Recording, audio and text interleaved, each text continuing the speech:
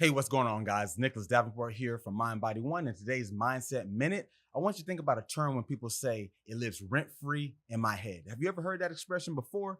And if you have, it usually means something that you keep ruminating on, thinking about, and it's usually not productive thoughts. Now, I want to use that same analogy and run with it and say if it's living rent free in your head, you need to start charging it some rent. Now, what we mean by this is think about the thought itself. If the thought is, why can't I find a better job and get in a better position in life?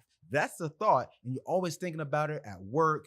When you get off of work at home, on the ride home, it's just lingering in your head. It's living rent free. You need to either challenge if it's a reasonable thought, or if it's not a reasonable thought, you need to do something about it. So let's say it is a reasonable thought. Let's say you've been at a job for 10 years. You haven't progressed up the ladder. You're not making any more money. You feel in a rut.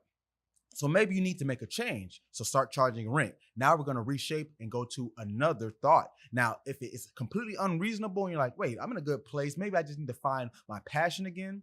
Then you evict that thought and then go to where the more productive thought lives. Because a lot of times when we think about these unproductive thoughts or negative thoughts, it's simply because it's giving us a reason to change. And sometimes that change is needed, but it's a conflict between what we want to do, what we're doing, and what we need to do. When those all don't fall in line, it's very hard to make a change. So, like I said, I want you to start charging rent to these thoughts, and eventually they're going to be like, hey, this rent's too much. We need to get out of here. Or you need to straight up evict it because they shouldn't be there in the first place. So you need to be able to audit those thoughts, see what you need, give it that pink slip. And as I always say, get your mind right. So thanks for tuning in as always, and have a great rest of your week.